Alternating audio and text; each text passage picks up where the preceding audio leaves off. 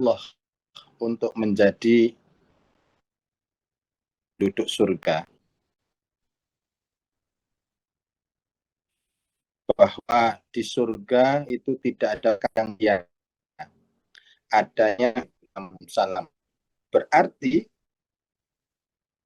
kalau kita terusnya ucapan itu juga tidak sia-sia.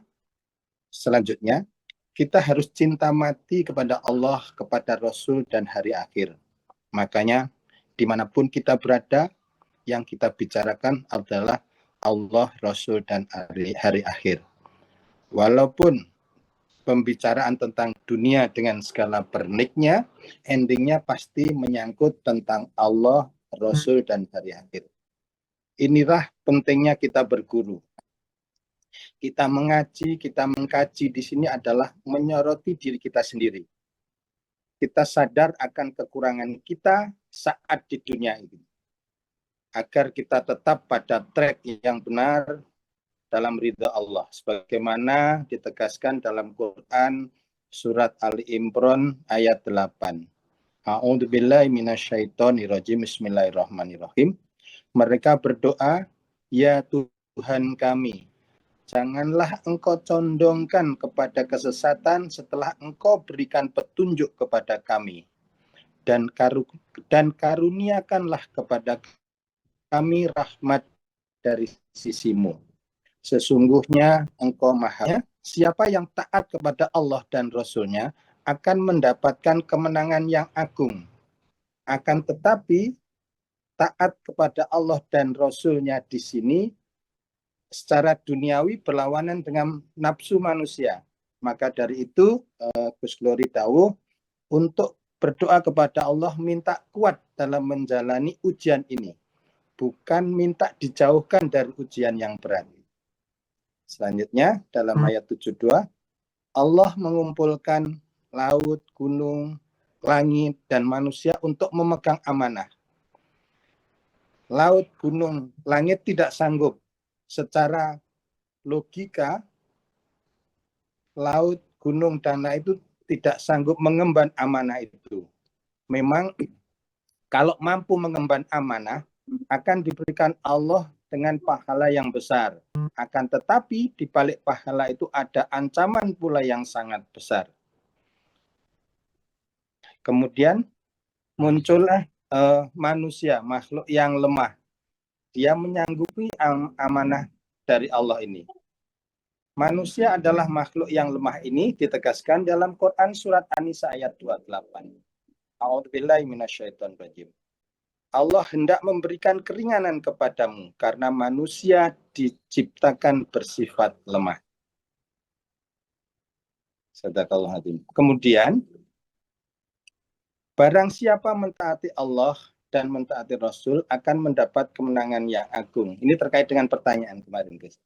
Dalam barang siapa mentaati Allah dan Rasul-Nya akan mendapatkan kemenangan yang agung. Akan tetapi secara duniawi mentaati Allah dan Rasul ini bertentangan dengan nafsu manusia.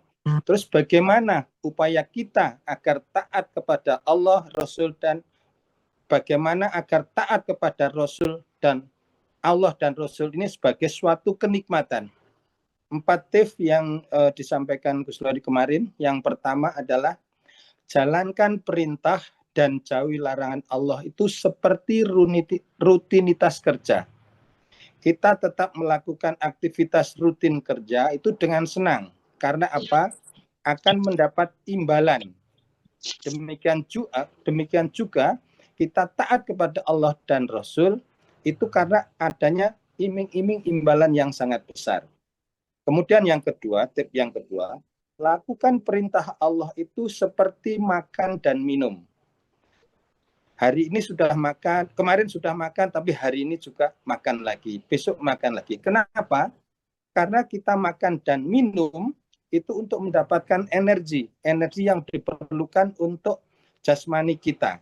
Demikian juga kita melakukan ibadah, sedekah, tarbiyah, itu adalah merupakan nutrisi rohani kita. Yang ketiga, tip yang ketiga adalah lakukan amalan itu seperti dikejar deadline. Kemarin mencontohkan saat kita udah janji bayar utang, besok misalkan, hari ini akan melakukan dengan semaksimal mungkin untuk menepati janji itu tepat waktu. Demikian juga saat kita bersedekah, beribadah, tarbiyah, kita seperti dikejar deadline kematian. Yang keempat adalah lakukan amalan itu semuanya itu karena cinta. Kalau sudah dilandasi cinta, apapun yang diminta itu insya Allah akan dilakukan. Demikian Gus Glory ayat 70 sampai 73 dan dulur-dulur sedaya, barangkali ada yang bisa melengkapi lagi. Matur suwun. Terima kasih Pak Jo, yang satu diantaranya mengungkap tentang tips bagaimana kita supaya mampu menjalani ketaatan itu dengan istiqomah, dengan endurance yang terjaga. Ada 4 tips tadi. Lakukan dengan cinta, lakukan dengan harapan, lakukan dengan kebutuhan, dan lakukan dengan tuntutan. Ya, tuntutan itu artinya ada deadline tadi. Kalau kebutuhan itu seperti makan, kalau cinta seperti itu ya. Lalu lakukan juga dengan harapan, yakni seperti kita akan dapat gaji bulanan. Oke, silakan. Terima kasih Pak Jo yang sudah mengupas ayat 70 sampai 73. Silakan selanjutnya. Ada lagi? Izin Gus. Enggak.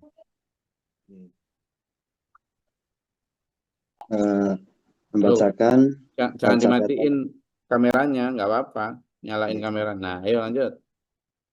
Izin membacakan catatan pada hari Rabu tanggal 8 Juli 2026 dalam Quran Surat Al-Ahzab ayat 36 sampai 38.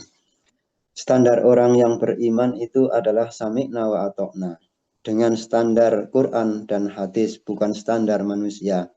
Ketika Allah dan Rasul-Nya telah menetapkan keputusannya, maka tidak ada pilihan yang lain, tidak ada bantahan dari hal yang kelihatannya sepele. Contohnya bagaimana cara tidur, masuk rumah, keluar rumah. Barang siapa yang mendurhakainya, maka telah tersesat yang nyata. Selanjutnya, Zaid adalah anak angkat Rasulullah SAW. Ketika Zaid telah cerai dengan Zainab, maka Nabi Muhammad SAW diperintahkan menikahi Zainab, bekas istri anak angkatnya. Ini untuk menyatakan bahwa anak angkat itu bukan siapa-siapa. Maka Nabi Muhammad paling berat menikahi bekas istri anak angkatnya.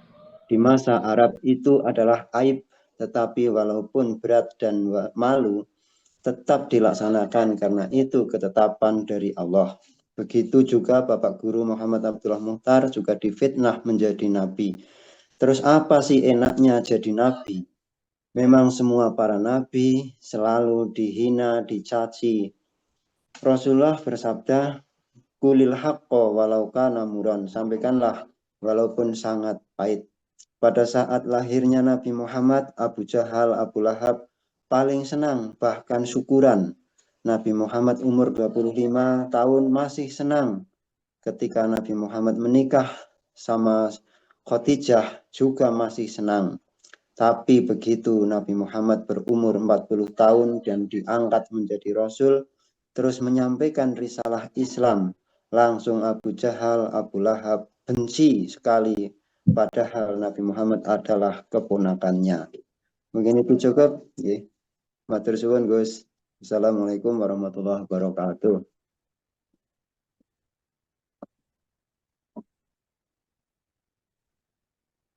Oke, itu tadi mengungkap sedikit tentang Maulid ya.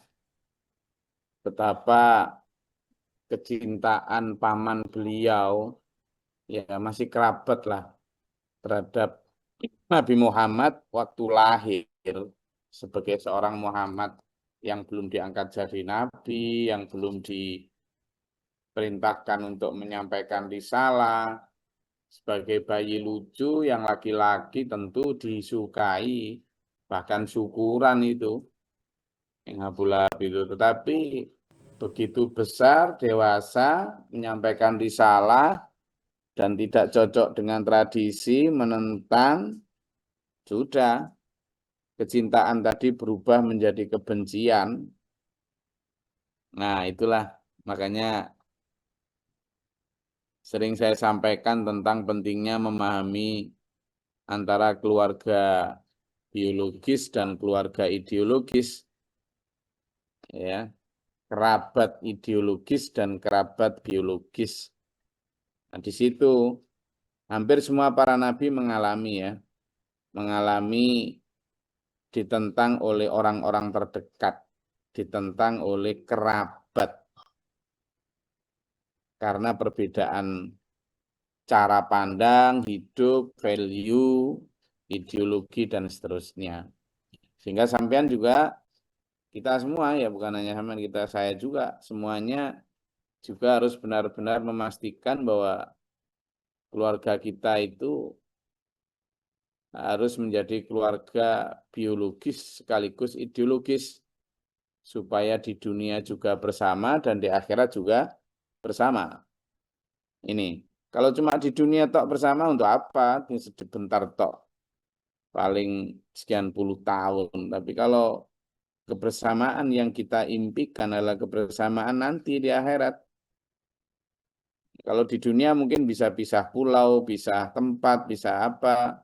Tidak apa-apa kalau demi kebaikan. Asalkan nanti di akhirat bersama, yaitu yang forever abada mukholidan. Nah, itu yang diupayakan. Oh iya, jadi makam para sahabat kan juga tidak di satu tempat titik koordinat ya. Bisa berbeda-beda, tapi nanti di akhirat bersama gitu.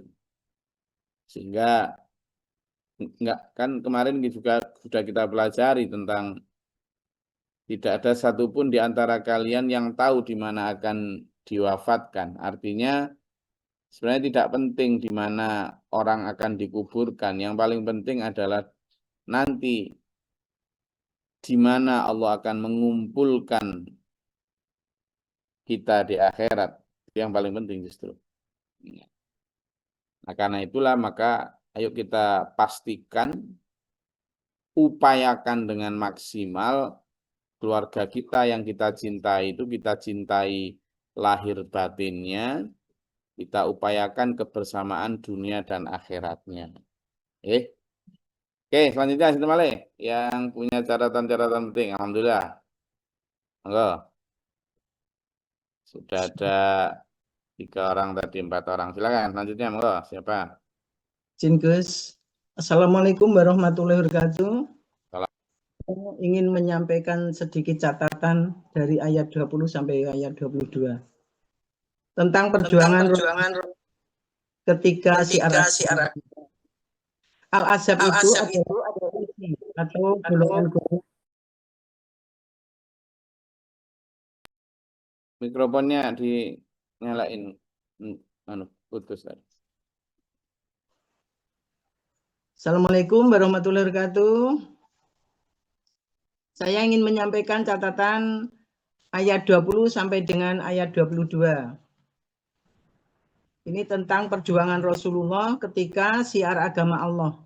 Pada waktu itu, Al-Ahzab itu adalah koalisi, golongan-golongan yang bersekutu. Pada saat itu Rasulullah juga berkoalisi. Dahulu Arab itu belum ada yang menguasai, belum ada pemerintahan. Dan Rasulullah juga mengadakan koalisi dengan mereka, dan sebagian mereka ada yang mengikuti agama Islam. Ikutnya hanya karena pemimpinnya Islam. Mereka mengira bahwa mereka itu belum pergi. Sebenarnya mereka malas untuk berangkat berperang. Dan jika ingin berperang itu hanya sebentar saja dan terpaksa. Mereka mengawasi orang Islam. Jika mendengar orang Islam itu menang, mereka merasa sedih. Tetapi jika orang-orang Islam itu kalah, mereka itu merasa senang. Senang melihat orang yang lain susah, dan susah jika melihat orang lain senang. Itulah sifat yang harus kita hindari agar kita selamat. Kita harus mencontoh Rasulullah agar mendapat syafaatnya. Rasulullah itu adalah uswatun hasanah, contoh dalam kebaikan. Rasulullah mencontohkan kesabaran Rasulullah dalam menghadapi musuh ketika perang. Kesabaran Rasulullah dalam syiar agama Allah. Meskipun dihina, diejek dan sebagainya, kesabaran dan keikhlasan berjuang memperjuangkan agama Allah yang hanya dapat diikuti oleh para pengikut Rasulullah. Di sini ciri-ciri pengikut Rasulullah antara lain orang yang selalu mengharap ridho Allah, selalu mengharap pertemuan dengan Allah, selalu mengharap ampunan Allah, dan orang yang mengharap kedatangan hari kiamat. Orang-orang yang selalu mengikuti Nabi dan Rasul, mengikuti sunnah-sunnahnya. Orang yang banyak-banyak mengingat Allah. Itu adalah sebagai kunci agar kita terhindar dari kemunafikan. Selanjutnya, bagi orang-orang yang beriman, ketika mereka menghadapi ujian-ujian Allah, itu justru mereka merasa ternyata benar apa yang dijanjikan Allah. Dan benar Rasul-Rasul itu. Jadi malah bertambah keimanan dan keislaman mereka. Mereka berserah diri kepada Allah. Tunduk patuh hanya kepada Allah. Selanjutnya tentang sholat berjamaah yang kemarin telah disampaikan Gus Glory. Rasulullah pernah, jika ada yang menggantikan aku menjadi imam, maka aku akan pergi dengan beberapa orang membawa kayu bakar untuk mendatangi rumah orang yang tidak sholat berjamaah untuk membakar rumahnya. Jadi jamaah itu sangat-sangat penting dan sangat dianjurkan. Di sini disebutkan juga keutamaan sholat subuh secara berjamaah. Sholat subuh secara berjamaah itu pahalanya ibarat sholat sepanjang malam. Keutamaan sholat isya berjamaah ibarat sholat sepenuh malam. Maka marilah kita berusaha untuk dapat melaksanakan sholat berjamaah secara ikhlas. Motivasinya adalah standar iman menjadi jiwa yang tenang. Agar kita kembali kepada Allah, kepada Tuhan dengan hati yang ridho dan diridhoinya. Maka masuklah ke dalam golongan-golongan orang yang beriman. Dan masuklah ke dalam surgaku. Kita harus bersegera berusaha serta mengharap ampunan dan ridho Allah dan semoga masuk ke surga Allah yang hanya disediakan untuk orang-orang yang beriman dan selalu mengingat Allah dengan penuh harap dan mendapat ridho dan ampunannya. Mungkin itu Gus yang dapat saya sampaikan. Mohon maaf banyak kekhilafan, kekurangan. Wassalamualaikum warahmatullahi wabarakatuh. Waalaikumsalam warahmatullahi wabarakatuh. Ayat ini memang sangat terkenal ya, terutama bicara tentang Al-Ahzab ayat 21. Ini hampir semua penceramah biasanya kalau Maulid Nabi yang disampaikan ini. Ya, ini ayat tentang laqad kana lakum fi Rasulillahi uswatun hasanah. Tapi kadang hanya dipotong di situ. A'udzubillahi minasyaitonirrajim, sungguh telah ada bagi kalian pada jiwa Rasul itu suri toladan yang baik. Gitu aja. Padahal justru kalimat selanjutnya itu yang sangat penting. Bahwa Nabi Muhammad SAW dihadirkan di bumi itu untuk sebagai teladan. Itu udah no doubt, tidak ada keraguan tentang itu. Hampir semua umat Islam mengimani itu. Tetapi ketika dilanjutkan, siapa yang bisa meneladani Nabi? Teladan itu bagi siapa? Ternyata di kalimat selanjutnya, Teladan itu adalah limangkana bagi orang yang, loh ini. Limangkana bagi orang yang 3 itu. Pertama, orang yang yarjullah. Orang yang selalu mengharap ridho dan ampunan Allah. Orang yang selalu rindu kepada Allah. Jadi hatinya, perilakunya, ucapannya. Yang kemarin kita bahas sebagai kalau orang gendeng gila bola yang dibahas ya sekarang Spanyol juara, gitu kan? Loh, saya tahu loh, padahal nggak lihat. Nggak pernah. Yang dibahas ya itu di warung, di apa, gila bola. Kalau gila buntut, nomor, judi, yang di mana-mana yang dibahas apa? Ada orang gila lewat gitu, oh nomor 21 ini, gitu. Ya kan? Ada orang gila lewat ditomboi, oh selikur, gitu ya. Dan seterusnya, gitu. Nah, orang yang gila jabatan, gila politik ya di mana-mana yang dibicarakan tentang pil pil pres, pil dan lain sebagainya. Bikin konten-konten ya bicara politik kayak muter aja di situ ya kan. Gila harta juga begitu. Lah kalau gila Allah artinya asyaddu hubbalillah, orang yang lebih cinta kepada Allah itu di mana-mana yang dibicarakan Allah dan Rasulnya. Yarjullah, orang yang bisa mengikuti Allah dan Rasulnya itu terutama itu adalah orang yang selalu begitu, benar-benar gendeng kedanan Allah lah istilahnya. Itu. Yang kedua adalah orang yang wal yaumal akhir, dan orang yang selalu rindu kampung halaman akhiratnya. Tadi di awal Bu Mesti juga sudah nyebut bahwa yang dimaksud dengan orang yang rindu akan akhirat itu bukan kok kemudian pengen mati, bukan, atau kemudian putus asa, enggak, justru bersemangat dalam hidup di dunia ini untuk menabung sebanyak-banyaknya, membangun rumah dan kemewahan di akhirat. Sehingga tiap hari itu kapan ya saya menempati rumah yang sudah saya bangun, pengen lihat saya progresnya, gitulah. Gitu. Nah, sekarang kita sendiri kita coba tanyakan sama diri kita. Kalau ada tawaran untuk berangkat sekarang gitu mau nggak? Nanti dulu lah itu kan. Lalu yang ketiga adalah orang yang wadzakarallaha katsira, orang yang banyak mengingat Allah. Nah, kita banyak mana mengingat Allah atau mengingat lain-lain? Karena apa? Dalam ayat lain disebutkan ciri orang munafik itu adalah wala apa? Wala dzikrullah illa qalila. Dan mereka tidak mengingat Allah kecuali sedikit. Mengingat tapi dikit. Kalau orang yang bisa mengikuti Allah dan Rasulnya sebagai uswatun hasanah terutama Rasul, itu adalah orang yang wadzakarallaha katsira, orang yang banyak mengingat Allah. Oke, selanjutnya sinten malih yang mau mengupas, nanti saya kasih beberapa gambar. Silakan. Izin, Gus. Silakan Mas Rohman Semarang. Assalamualaikum warahmatullahi wabarakatuh. Assalamualaikum warahmatullahi wabarakatuh. Sebelumnya di sini Rahman mau mention di ayat 53 sampai 54, Gus.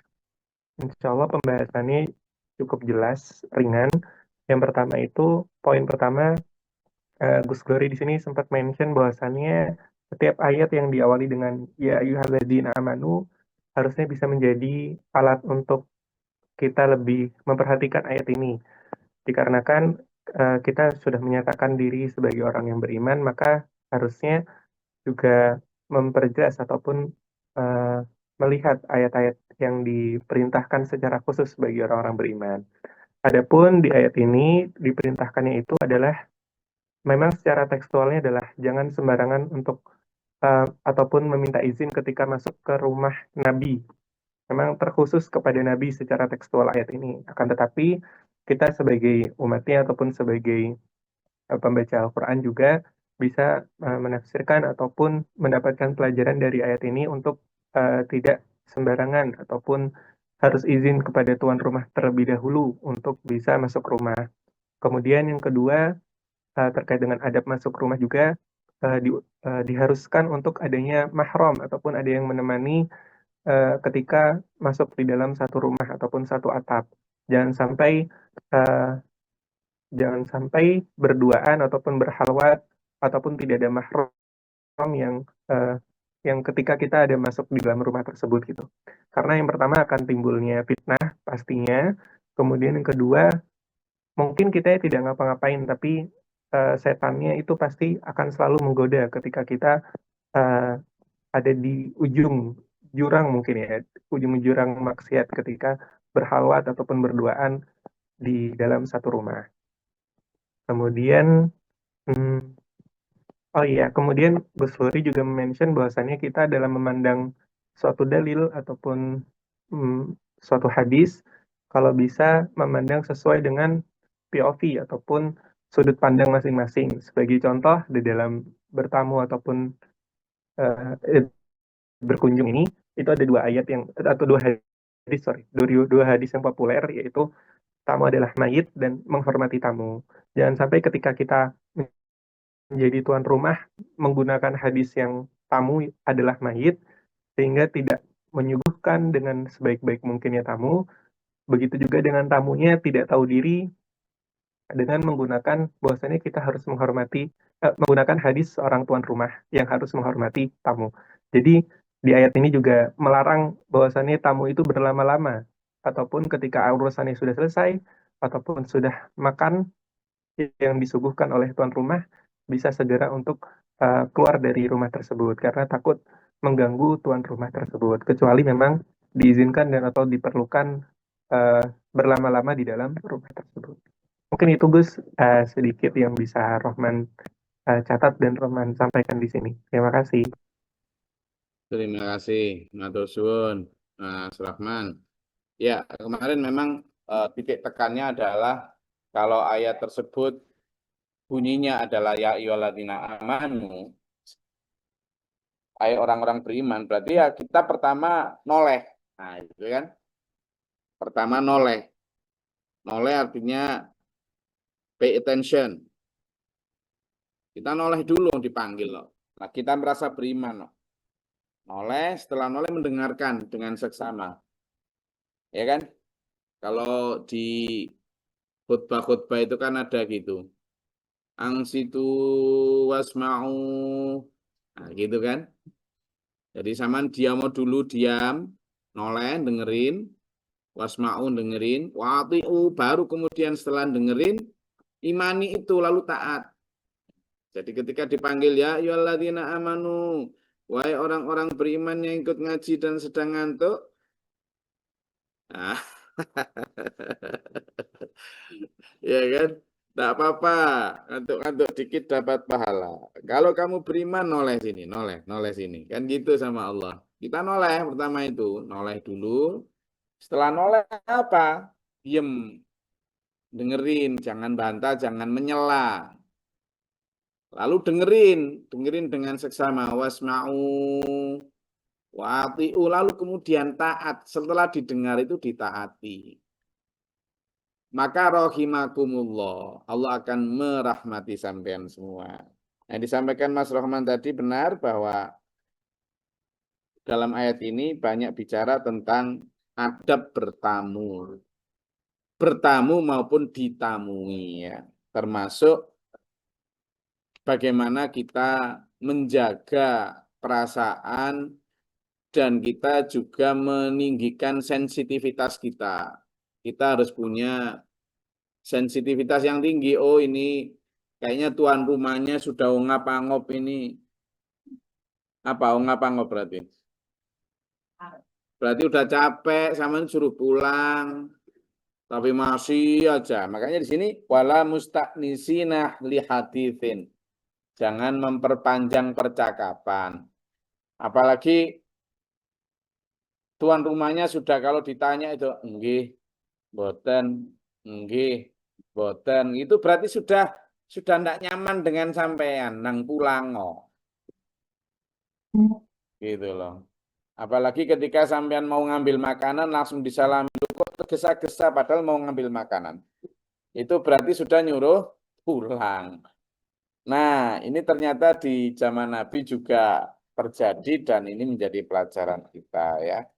Karena apa? Nabi Muhammad itu kan orangnya, beliaunya itu sangat apa? Perasaan. Makanya di sini itu dzalikum kana yu'dzin nabiyya fayastahi minkum. Nabi Muhammad itu malu kalau mau nyuruh zaman pulang. Sehingga kalau bisa ya pulang dulu. Tuh ya. Makanya kita kalau bertamu lihat-lihat, tapi kalau yang ditamui seneng ya nggak apa-apa. Beda-beda itu ya. Oke. Selanjutnya siapa lagi monggo yang punya catatan untuk di-share di sini silakan. Terima kasih Mas Roman. Lanjutnya. Ada lagi?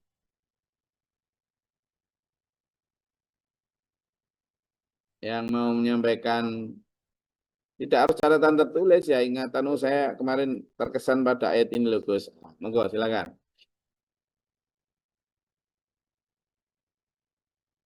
Dinyalain mikrofonnya bagi yang mau berbagi silakan.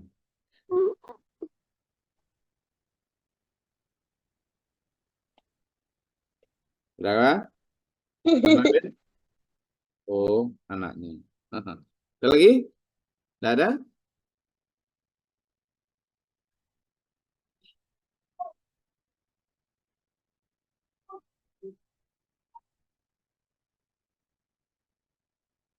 Monggo, kalau yang masih ada, baik dari ayat 1 sampai 73, baik di tengah maupun di awal maupun di akhir, yang menurut dulur-dulur penting untuk dipertegas, silakan.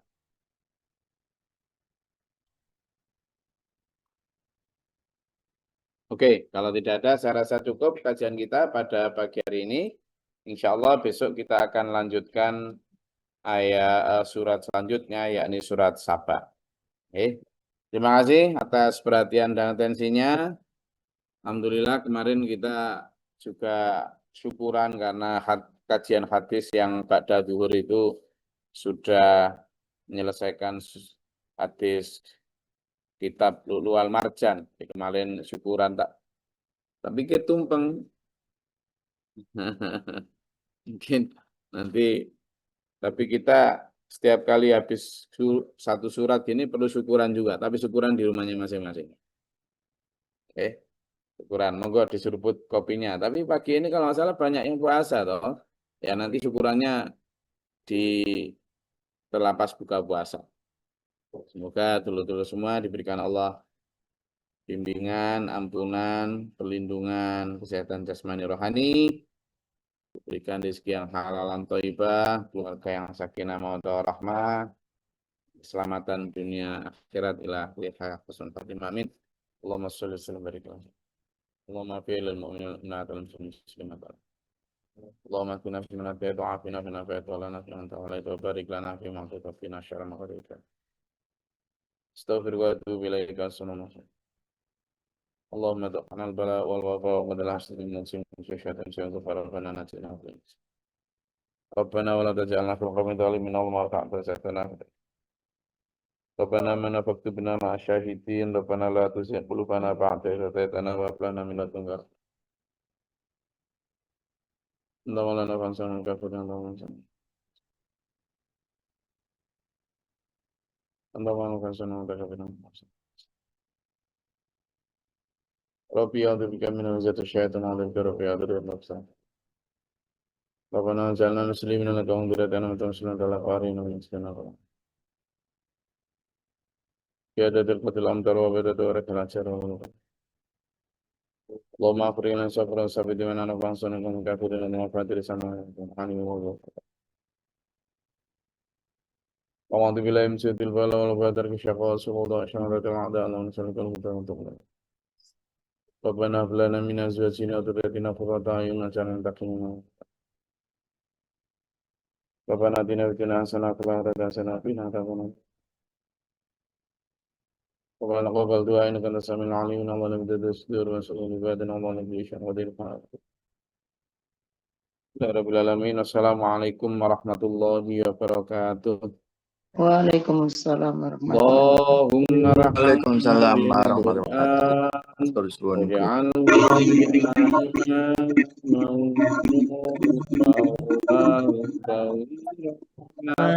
Allahumma zakirna min sina